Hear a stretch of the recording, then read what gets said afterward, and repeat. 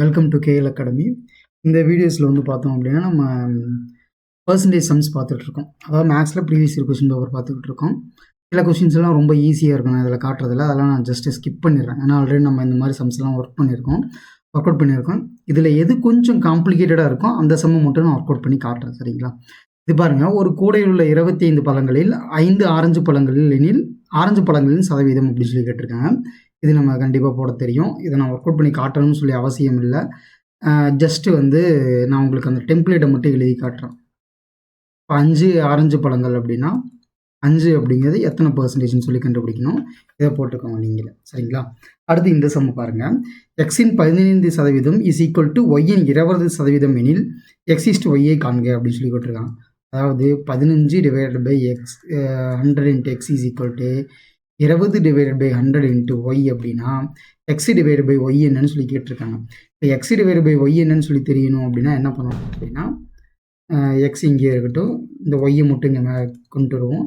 20 into 100 divided by 15 into 100ன்னு கிடைக்கும். இதுவும் cancel. இங்கே ஒரு 4, இங்கே ஒரு 3. எக்ஸ் ஈஸ்ட்டு ஒய் அப்படிங்கும்போது 4:3 அப்படிங்கிறது நமக்கு கிடைக்கும், சரிங்களா? அடுத்தது பார்ப்போம். அடுத்தது என்ன அப்படின்னா, அடுத்தது இது பாருங்க. இந்த சம் ரொம்பவே வித்தியாசமான சம். ஒய்யின் எக்ஸ் சதவீதமானது இசட்டுக்கு சமம் எனில் எக்ஸ் என்பது இசட்டில் எத்தனை சதவீதம் அப்படின்னு சொல்லி கேட்டுறாங்க. X percentage of Y is equal to Z அப்படின்ட்டு. X percentage of Y is equal to Z அப்படின்ட்டு. அடுத்து what percentage of Z is X அப்படிங்கிறாங்க. வாட் பர்சன்டேஜ் அப்படிங்கும்போது நமக்கு என்னன்னு தெரியல, அதனால ஏ அப்படின்னு சொல்லி போட்டுக்கோம். எப்பவும் எக்ஸ்ன்னு போடுவோம், இங்கே எக்ஸு ஒய்ன்னு கொடுத்ததுனால ஏன்னு போட்டுக்கிறோம். A into what percentage of Z is equal to X அப்படின்னு சொல்லி கொடுத்துருக்காங்க. இந்த இதெல்லாம் வந்து காமனாக எது இருக்குது அப்படின்னு சொல்லி பாருங்கள். காமனாக எது இருக்குது அப்படின்னா எக்ஸு காமனாக இருக்குது. எக்ஸு காமனாக இருக்கிறதுனால நம்ம எப்பவும் போல எடுக்கிற மாதிரி எக்ஸை வந்து 1ன்னு சொல்லி எடுத்துப்போம், சரிங்களா? இதையும் நம்ம 1ன்னு சொல்லி எடுத்துப்போம். 1ன்னு சொல்லி எடுத்துக்கிட்டோம் அப்படின்னா நமக்கு என்ன கிடைக்கும்? y by 100 is equal to Z அப்படின்னு கிடைக்குமா? இங்கே a by 100 into Z is equal to 1 அப்படின்னு கிடைக்குமா? இப்போ இன்னமும் சிம்பிளிஃபை பண்ணோம்னா y ஈக்குவல் டு 100 இசட்னு கிடைக்குமா? a Z is equal to 100 அப்படின்னு சொல்லி கிடைக்குமா? இப்போது நமக்கு என்ன வேணும், என்ன தேவைப்படுது அப்படின்னா நமக்கு வந்து ஏ தான் தேவைப்படுது, கரெக்டுங்களா? ஏ தேவைப்படுது அப்படிங்கும்போது A is equal to 100 divide by Z அப்படின்னு சொல்லி போட்டுக்கலாமா? இசட் அப்படிங்கிறது என்ன அப்படின்னா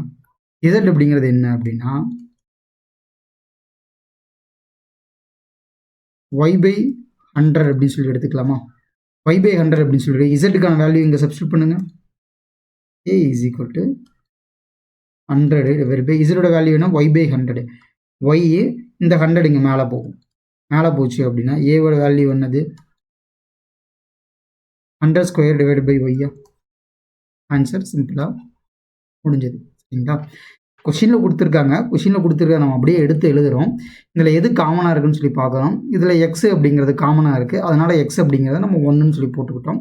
1ன்னு சொல்லி போட்டுட்டு மற்ற வேல்யூஸ் எல்லாம் சப்ஸ்டியூட் பண்ணிட்டு நமக்கு என்ன வேல்யூ வேணுமோ அந்த வேல்யூ கரெக்டாக கொண்டு வந்து போட்டோம் அப்படின்னா ஆன்சர் கிடச்சிரும். இந்த மாதிரி சம் கேட்டாங்க அப்படின்னா பார்த்துட்டு பயந்துடாதீங்க. இது என்னது ஏதோ எக்ஸ் ஒய் இசட்னு சொல்லி போட்டு கன்ஃபியூஸ் பண்ணி வச்சுருக்காங்கன்னு சொல்லி பார்க்காதீங்க. சிம்பிளாக அதை பிரித்து படிச்சிங்க அப்படின்னா உங்களுக்கு ஈஸியாக புரிஞ்சிடும் இந்த சம். அடுத்தது பார்ப்போம். ஒரு பொருளின் விலை 80 ரூபாயிலிருந்து 100 ரூபாயாக உயர்ந்தது எனில் உயர்வு சதவீதம் எவ்வளவு அப்படின்னு சொல்லி கேட்டிருக்காங்க. இப்போது இந்த சம படித்து பார்த்த உடனே நிறைய பேர் பண்ணுற மேக்ஸிமம் தப்பு என்ன அப்படின்னா 80லேருந்து 100 போயிருக்கு, 80லேருந்து 100 போயிருக்கு அப்படின்னா 20% அப்படின்னு சொல்லிட்டு 20 டிக் பண்ணிடுவாங்க. இது தப்பு. இதுதான் ஆப்ஷனில் கொடுத்து வச்சுருப்பாங்க. இந்த ஒரு தப்பை எப்போவுமே பண்ணக்கூடாது. ஒரு பொருளின் விலை 80 ரூபாயில் இருந்து அப்படின்னு சொல்லி கொடுத்துருக்காங்க. 80 ரூபாயில் இருந்து அப்படிங்கும்போது 80 அப்படிங்கிறது 100%, சரிங்களா? 100 ரூபாயாக உயர்கிறது அப்படிங்கிறாங்க. 100 ரூபாயா இன்க்ரீஸ் ஆகுது அப்படின்னா இது எத்தனை சதவீதம்னு சொல்லி கண்டுபிடிக்கணும். அப்போ பாருங்கள், 100 இன்ட்டு 100 டிவைடு பை 80 அப்படிங்கும்போது 5 ஒரு 4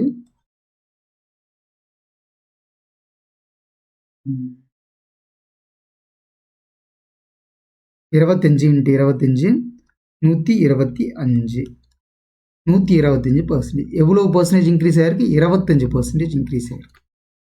சரிங்களா? If and price of an article increases from 80 to 100 அப்படின்னு சொல்லி கொடுக்குறாங்க. 80 ரூபாயில் இருந்து 100 ரூபாயாக அப்படின்னு சொல்லும் போது 80 ரூபாய் அப்படிங்கிறத 100%, 100 அப்படிங்கிறது எத்தனை சதவீதம் கண்டுபிடிக்கணும். இந்த மாதிரி செம்ம பார்க்கறதுக்கு சிம்பிளாக இருக்கும். பார்த்தோன்னே ஆன்சர் கிடச்சதுன்னு சொல்லிட்டு 20ன்னு சொல்லி போட்டு வந்துடுறாங்க. அது தப்பாக போயிடும். அந்த தப்பை எக்காரணத்தை கொண்டும் பண்ணாதீங்க. சரிங்களா? அடுத்தது பாருங்கள்.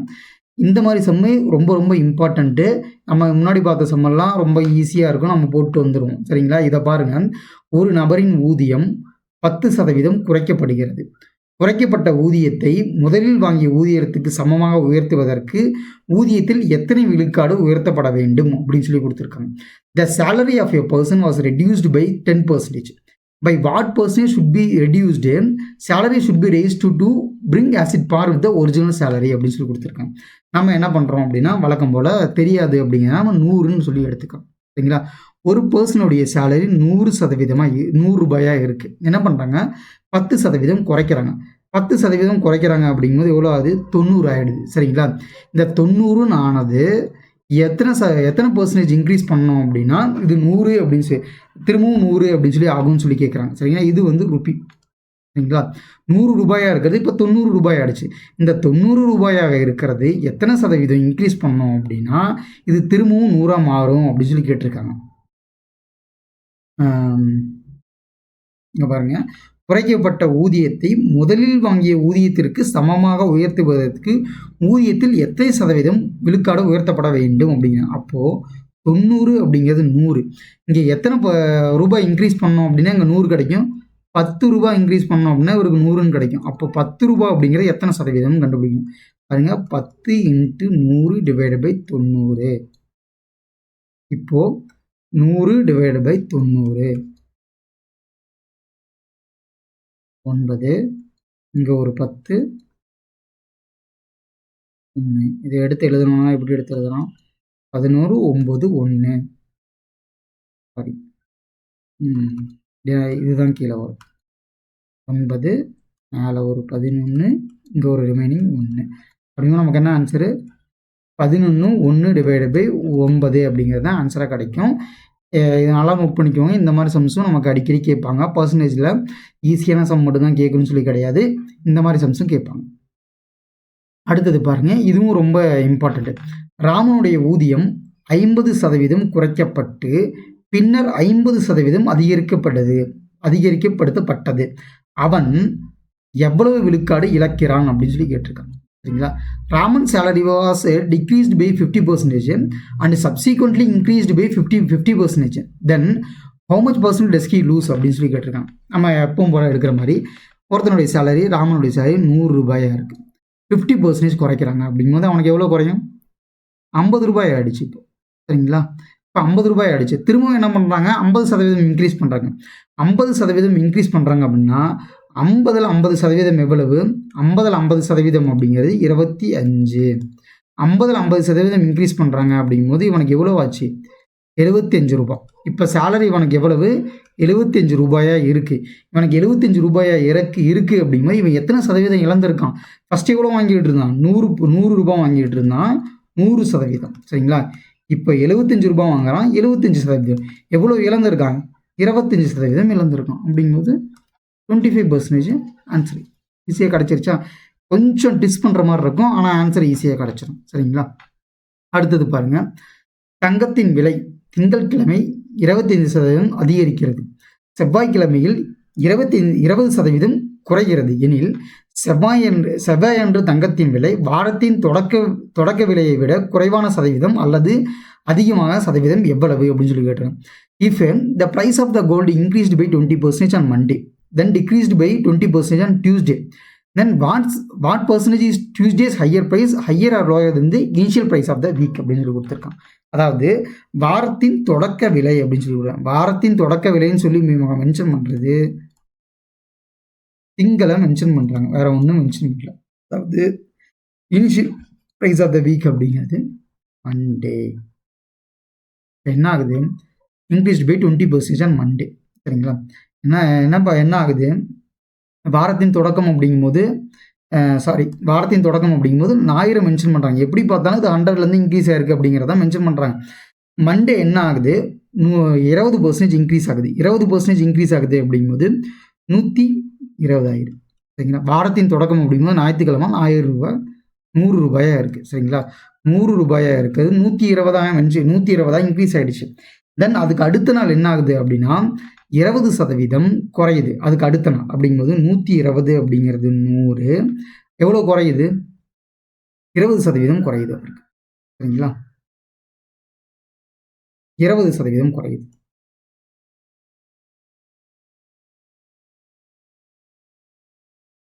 அப்போ 20% குறையுதுங்கும் போது 24 குறைஞ்சிருக்கு அப்படிங்கும்போது இங்கே எவ்வளோ வரும், 96. இப்போ இந்த செவ்வாய்க்கிழமை விலை வந்து எவ்வளவு சதவீதம் குறைஞ்சிருக்கு, இந்த 100 குறைஞ்சிருக்கோ அல்லது அதிகமாக இருக்குன்னு பாருங்க, 4% குறைஞ்சிருக்கு. இதான் நம்ம ஆன்சர் எழுதணும். சப்போஸ் அதிகமாக இருந்ததுன்னா நம்ம அதிகமாக எழுதலாம். இந்த மாதிரி சப்சீக்வெண்ட்டாக இல்லை அடுத்து இந்த மாதிரி ஒரு % குறையுது அப்படிங்கும்போது கொஞ்சம் கரெக்டாக பார்த்து ஆன்சர் பண்ணுங்க. சரிங்களா? அடுத்தது பாருங்க, ஒரு பொருளின் விலை 30% கூட்டப்பட்டு பின் 30% இறக்கப்படுகிறது. இறுதி விலையை ஆரம்ப விலையுடன் ஒப்பிடுக அப்படின்னு சொல்றேன். If a price of an article increased by 30%, then decreased by 30%, then the final price compared to the original price அப்படின்னு சொல்லி கேட்குறாங்க. இப்போ என்னது, வழக்கம் போல் 100ன்னு இருக்குது. சரிங்களா? இப்போது 100லேருந்து 30 இன்க்ரீஸ் பண்ணுறாங்க அப்படிங்கும்போது 130 ஆகிடுச்சு. 130 ஆனதுக்கப்புறம் அவங்க அமைதியாக இல்லை, என்ன பண்ணுறாங்க, திரும்பவும் ஒரு 30 குறைக்கிறாங்க. அப்படிங்கும்போது 130 100%. இப்போ 30% குறைக்கணும் அப்படின்னா எவ்வளோ வரும், 130 × 30 டிவைடட் பை 100 அப்படிங்கும்போது 3 3 9 39 குறைக்கிறாங்க. 39 குறைச்சாங்க அப்படின்னா இதோடைய விலை எவ்வளவா இருந்திருக்கும், 130ல் 39 குறைச்சோம் அப்படின்னா 39 குறைக்கிறோம் அப்படிங்கும்போது 91 இருக்கும். 91. இது ஆரம்ப விலை எவ்வளவு, 100. ஆரம்ப விலை 100, 91 அப்படின்னா எத்தனை % லெஸ்ஸாக இருக்குது, 9% குறைவாக இருக்குது. சரிங்களா? இந்த மாதிரி ஒரு விலையை கூட்டியோ அல்லது குறைச்சோ அல்லது குறைச்சி கூட்டி பண்ணாங்க அப்படின்னா அதை மட்டும் கொஞ்சம் கரெக்டாக பார்த்து ஒர்க் அவுட் பண்ணிக்கணும். இதை பாருங்கள், ரொட்டி துண்டின் விலை 25% உயர்ந்தால் 300 ரொட்டி துண்டுகள் வாங்கிய தொகையில் எத்தனை ரொட்டி துண்டுகள் வாங்க முடியும் அப்படின்னு சொல்லி கேட்டிருக்காங்க. சரிங்களா? இப்போ பாருங்க, ஒரு ரொட்டி துண்டோட விலை 100 ரூபான்னு வச்சுக்கோங்க. The price of a loaf of bread was increased by 25%. Then how many loaves can be purchased for the amount can be used to buy 300 loaves அப்படின்னு சொல்லி கேட்டிருக்காங்க. சரிங்களா? 100, அதாவது 100 ரூபாய் அப்படின்னு சொல்லி கொடுக்காதனால நான் 100ன்னு சொல்லி எடுத்துக்கிறேன். சரிங்களா? இவர் எவ்வளோ வாங்குறாரு, 300 ரொட்டி துண்டு வாங்குறாரு.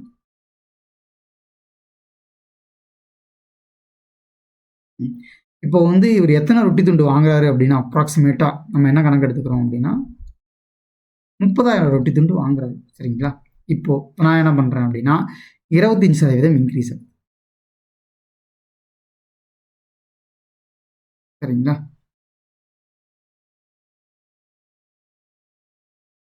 இங்கே எத்தனை, இது வந்து நம்பர் ஆஃப் நம்பர். சரிங்களா? இப்போ இது எவ்வளோன்னு சொல்லி தெரியாது, இதை தான் நம்மளை கண்டுபிடிக்க சொல்கிறாங்க. அப்படின்னா 2 டிவைட் பண்ணுங்க.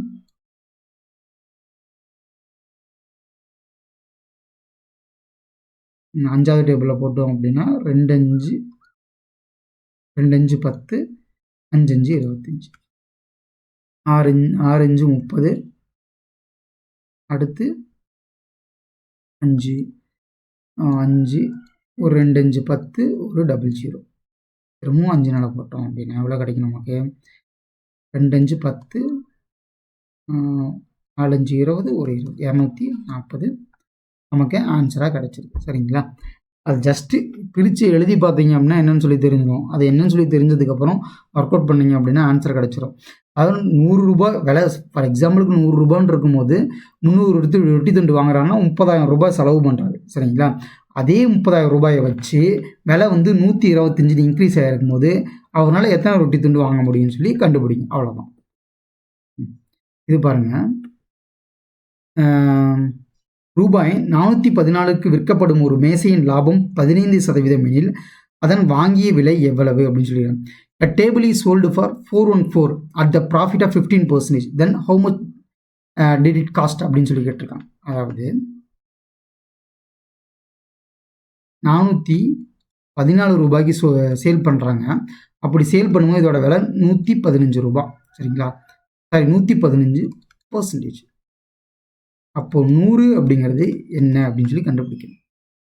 100 × 414 டிவைட் பை 115.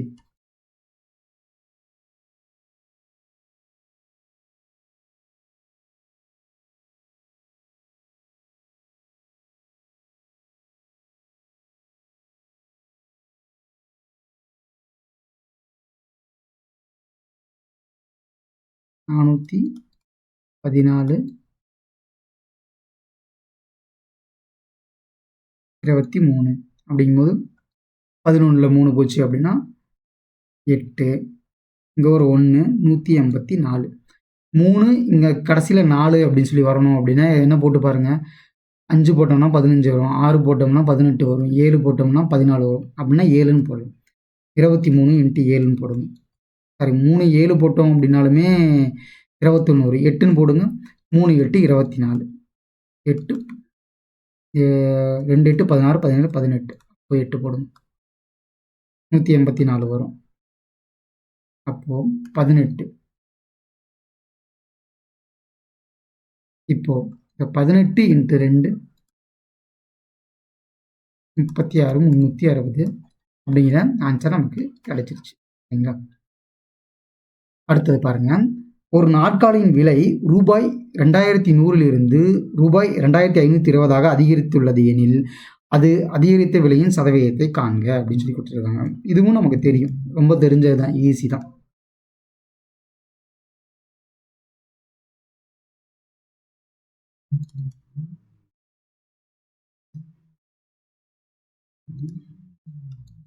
சப்போஸ் நீங்கள் வந்து இந்த விலை வந்து இந்த இதெல்லாம் ரொம்ப நம்பர்லாம் அதிகமாக இருக்குது அப்படின்னு சொல்லி விருப்பப்பட்டீங்க அப்படின்னா வேறு மாதிரி போடலாம். அது வேறு மாதிரி எப்படி போடலாம்னு நான் உங்களுக்கு சொல்லித்தரேன், வெயிட் பண்ணுங்க. 1ன்னு போட்டோம்னா 21 வரும், இங்கே ஒரு 42 வரும். 2 டைம் போட்டோம் அப்படின்னா 42 வந்துருச்சு. இங்கே ஒரு 0 பண்ணால் 120. 120 அப்படின்னா எத்தனை % இன்க்ரீஸ் ஆகிருக்கு? 20% இன்க்ரீஸ் ஆகிருக்கு. போயிடுச்சு. சரிங்களா? சப்போஸ் நம்ம வந்து நம்பர் அதிகமாக இருக்குன்னு விருப்பப்பட்டு நினச்சோம் அப்படின்னா இது எவ்வளோ டிஃப்ரென்ஸ் இருக்குன்னு பாருங்கள். 0 2 ஒரு 4 420. இங்கே 420ன்னு சொல்லி போட்டு 420 × 100 டிவைட் பை போட்டிங்க அப்படின்னா ஈஸியாக 20ங்கிற ஆன்சர் நமக்கு கிடச்சிருச்சு. சரிங்களா? இதோட பர்சன்டேஜுக்கான ப்ரீவியஸ் இயர் கொஸ்டின் பேப்பர் எல்லாமே முடிஞ்சிருச்சு. நீங்கள் இந்த சம்ஸ் எல்லாமே ஒர்க் அவுட் பண்ணி பார்த்தீங்க அப்படின்னா மேக்ஸிமம் பர்சன்டேஜில் எந்த சம் கேட்டாலுமே நீங்கள் போட்டுடலாம். எல்லா சம்மே நம்ம ஒர்க் அவுட் பண்ணிட்டோம். திரும்ப அடுத்த ஒரு டாப்பிக்கில் மேக்ஸில் இன்னொரு டாபிக் எடுத்து நம்ம திரும்பவும் ப்ரீவியஸ் இயர் கொஸ்டின் பேப்பர் எல்லாமே பார்ப்போம். Thank you for your time.